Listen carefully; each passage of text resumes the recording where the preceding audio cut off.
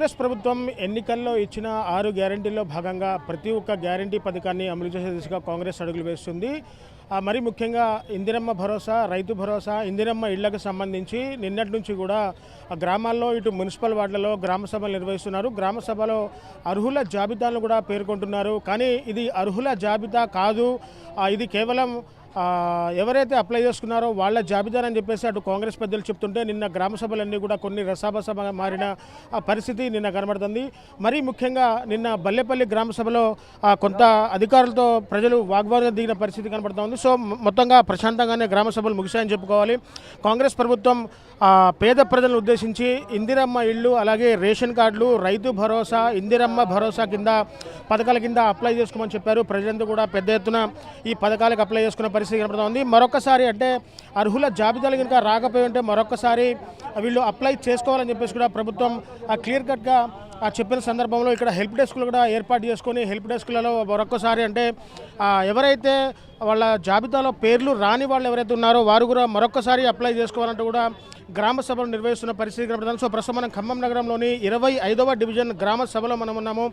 ఒకసారిగా చూసుకోవచ్చు, గ్రామ సభలో ప్రజలు పెద్ద ఎత్తున వచ్చి వాళ్ళ పేర్లు రాకపోతుండగా ఒక్కసారిగా వాళ్ళు గ్రామ సభల్లో మళ్ళీ వాళ్ళ దరఖాస్తుని చేసుకుంటున్న పరిస్థితి అయితే ఇక్కడ కనబడుతుంది. సో హెల్ప్ డెస్క్లు కూడా పెట్టి ఒక్కసారిగా ఎవరైతే అప్లై చేసుకున్నారో వాళ్ళు రాని వాళ్ళు కూడా మరలా అప్లై చేసుకునే విధంగా హెల్ప్ డెస్క్లు కూడా ఏర్పాటు చేశారు. హెల్ప్ డెస్క్లో వాళ్ళు తెలంగాణ ప్రభుత్వం ఖమ్మం నగరపాలక సంస్థ దరఖాస్తులు అని చెప్పేసి కూడా క్లియర్గా ఒక్కసారిగా రాసుకున్న పరిస్థితి కనబడుతుంది. సో ఇక్కడ చూసుకోవచ్చు, వీళ్ళు రేషన్ కార్డు కోసం అప్లై చేశారు కాబట్టి అక్కడ రేషన్ కార్డులో టిక్ పెట్టుకున్నారు.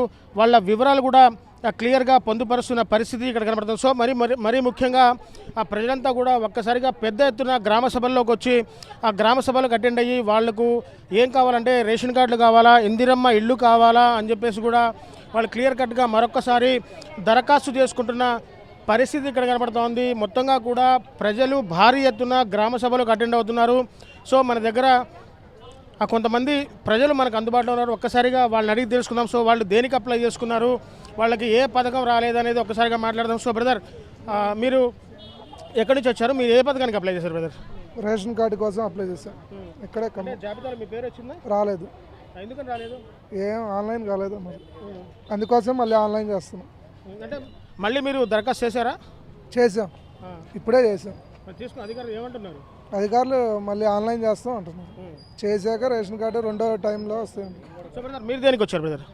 నాది ప్రజాపాలనలో 6 గ్యారెంటీలకి అప్లై చేసుకోమని చెప్పారు. అప్లై చేసుకున్న ఆ రోజు రిస్క్ పడి అన్నీ చేసి పని వదులుకొని అప్లై చేసుకున్నాం. కానీ ఇంతవరకు మాది రేషన్ కార్డు ఆన్లైన్ కాలేదని మళ్ళీ అప్లై చేసుకోమంటున్నారు. ఎవరికి వాళ్ళని రేషన్ కార్డు కొద్దిగా అప్లై చేసి న్యాయమైన వాళ్ళందరికీ రేషన్ కార్డును ఇందిరమ్మ ఇల్లు ఇవ్వాలని కోరుకుంటున్నాను. అంటే మీరు మరీ ముఖ్యంగా మీరు ఏ పథకానికి అప్లై చేసుకున్నారు? రేషన్ కార్డు కాను నాకు పెళ్ళై 4 ఏళ్ళు అవుతుందండి. ఇంతవరకు నాకు రేషన్ కార్డు అనేది లేదు. నేను రెంటింట్లోనే ఉంటున్నా, కిరాయి ఇంట్లోనే ఉంటున్నా. రేషన్ కార్డు అనేది లేదు. ఇందిరమ్మ ఇల్లు కోసం కావాలని మొన్న ఆ రోజు చిన్నపిల్లగాన్ని వేసుకొని సంఖలో పెట్టుకొని ఇబ్బంది పడుతూ అప్లై చేసుకున్న 6 గ్యారెంటీలకి అది ఈ రోజు వరకు నాకు ఆన్లైన్ కాలేదు సార్. మళ్ళీ ఏంటండి ఆన్లైన్ కాలేదని మా కార్పొరేటర్ గారు వాళ్ళని అడిగితే మళ్ళీ అప్లై చేసుకోండి, మళ్ళీ ఆన్లైన్ చేస్తారని చెప్తున్నారు సార్. ఇంకంతే. చూశారు కదా, పూర్తిగా అంటే అప్లై చేసుకున్నాము. అప్లై చేసుకున్నప్పటికీ కూడా మాకు 6 గ్యారెంటీలు పథకాల్లో ఏ ఒక్క పథకం రాలేదంటున్నారు. అధికారులు కూడా మరొకసారి అప్లై చేయమని చెప్పి అంటున్నారు. ఒక్కసారిగా మనం ఇక్కడ 25వ డివిజన్లో స్పెషల్ ఆఫీసరు మన దగ్గర అందుబాటులో ఉన్నారు. మనం స్పెషల్ ఆఫీసర్ని కూడా అడుగుదాము. వాళ్ళు ఏ విధంగా ప్రజలతో కోఆర్డినేషన్ చేసుకుంటున్నారు, ఏ విధంగా సమన్వయం చేసుకుంటున్నారు అనేది ఒక్కసారిగా మన దగ్గర స్పెషల్ ఆఫీసర్ ఉన్నారు. మరీ ముఖ్యంగా గ్రామ సభల్లో కొన్ని ప్రజలు స్పెషల్ ఆఫీసర్తో వాగ్వాదం కూడా దిగిన పరిస్థితి నిన్న చూసాము. కానీ ఇవంతా కూడా అర్హుల జాబితా ఇది కాదు, మళ్ళీ ఎవరైతే వాళ్ళ పేర్లు అయితే రాలేదో ఒక్కసారిగా వాళ్ళు కూడా అప్లై చేసుకోవాలంటూ కూడా అటు కాంగ్రెస్ పెద్దలు చెప్తున్న పరిస్థితి. సో మన దగ్గర మున్సిపాలిటీ స్పెషల్ ఆఫీసర్ మన దగ్గర అందుబాటులో ఉన్నారు. ఒక్కసారిగా వారితో మాట్లాడదాం. సో సార్ చెప్పండి, దాదాపు అంటే షీల్డ్ కవర్లో మీకు ఒక జాబితా అయితే ఇచ్చారు. ఆ జాబితా అర్హుల జాబితా అనుకోవాలి, లేకుంటే ఇది తుది జాబితాగా మనం చూడొచ్చు అంటారా సార్? నమస్కారం అండి. ఇప్పుడు ఈ గ్రామ సభ ఉద్దేశం ఏంటంటే ఇందిరమ్మ హౌజెస్ 2 రకాల లిస్టులు తయారు చేసామండి. ఒకటి ఇల్లు ఉండి ఇంటి స్థలం ఉండి రెంట్కుంటున్న వారిది ఒక జాబితా అండి.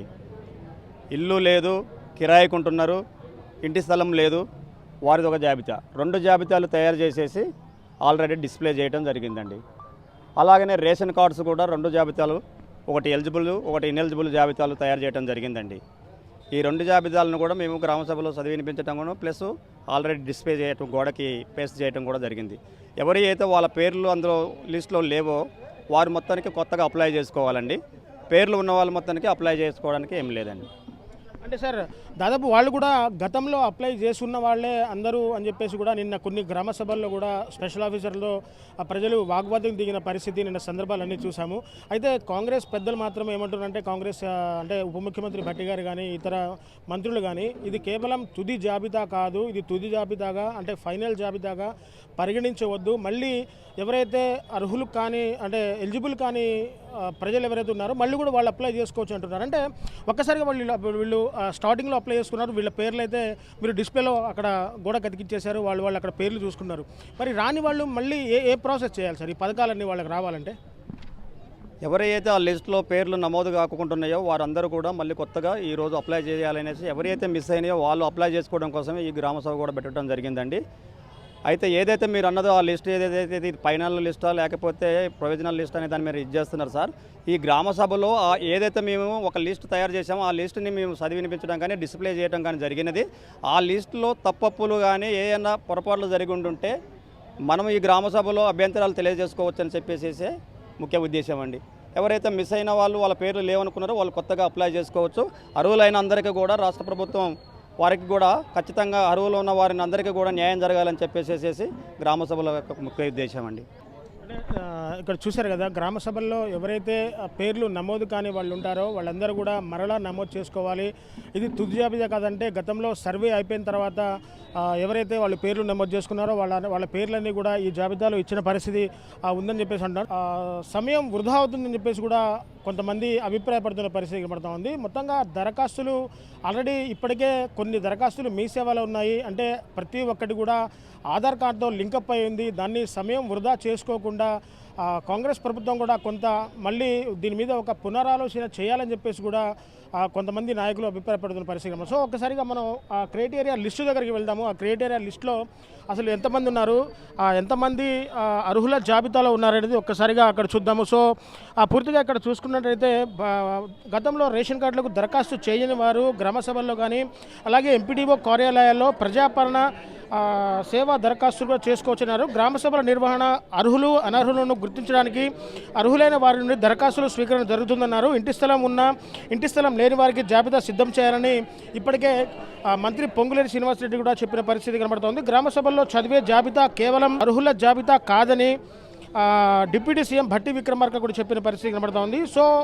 అంతా కూడా మంత్రులంతా కూడా ఇప్పటికే ఈ గ్రామ సభల్లో పూర్తిగా బిజీగా ఉన్న పరిస్థితి కనబడుతోంది. ఇటు ఈరోజు నేలకొండపల్లిలో కూడా దాదాపు మంత్రుల పర్యటన కూడా నడుస్తుంది. గ్రామ సభల్లో మంత్రులు పర్యటించి అక్కడ ఏ విధమైన సాంకేతిక లోపాలు కానీ ప్రజల వద్ద నుంచి ఎలాంటి స్పందన వస్తుందనే దాని మీద మంత్రులు కూడా పూర్తి సమీక్షా సమావేశాలు నిర్వహిస్తున్నారు. కలెక్టర్లు కూడా నిన్న వీడియో కాన్ఫరెన్స్లో క్లియర్గా చెప్పిన పరిస్థితి కనబడుతూ ఉంది. నిన్న గ్రామ సభల్లో కొంత రసాబసాగా మారిన నేపథ్యంలో ఒక్కసారిగా అసలు ఏం చేయాలనేది కూడా మళ్ళీ ప్రభుత్వం పునరాలోచన చేయాలని చెప్పేసి కూడా ప్రజల నుంచి విన్నతులు వస్తున్న కారణంగా ఒక్కసారిగా మళ్ళీ పెండింగ్లో ఉన్న రేషన్ కార్డులు కానీ ఇందిరమ్మ ఇళ్లకు సంబంధించి భారీగా దరఖాస్తులు వచ్చాయని చెప్పేసి కూడా ఇప్పటికే అధికారులు స్పష్టం చేస్తున్నారు. అయినా కానీ కాంగ్రెస్ ప్రభుత్వం 6 గ్యారెంటీల ఇచ్చిన ప్రకారంగా ప్రజలకు ఇచ్చే తీరుతామని చెప్పేసి కూడా కాంగ్రెస్ ప్రభుత్వం ముక్తకంఠంతో చెప్తున్న పరిస్థితి కనపడుతుంది. సో ప్రజలు మొత్తంగా కూడా గ్రామ సభల్లో పెద్ద ఎత్తున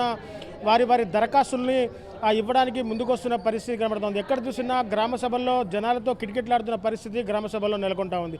ఇది అక్కడి అప్డేట్. మరిన్ని వీడియోస్ కోసం ఛానల్ ని సబ్స్క్రైబ్ చేయండి. లేటెస్ట్ అప్డేట్స్ కోసం వాట్సాప్ ఛానల్ ని ఫాలో అవ్వండి. ఆ లింక్ డిస్క్రిప్షన్ లో ఉంది.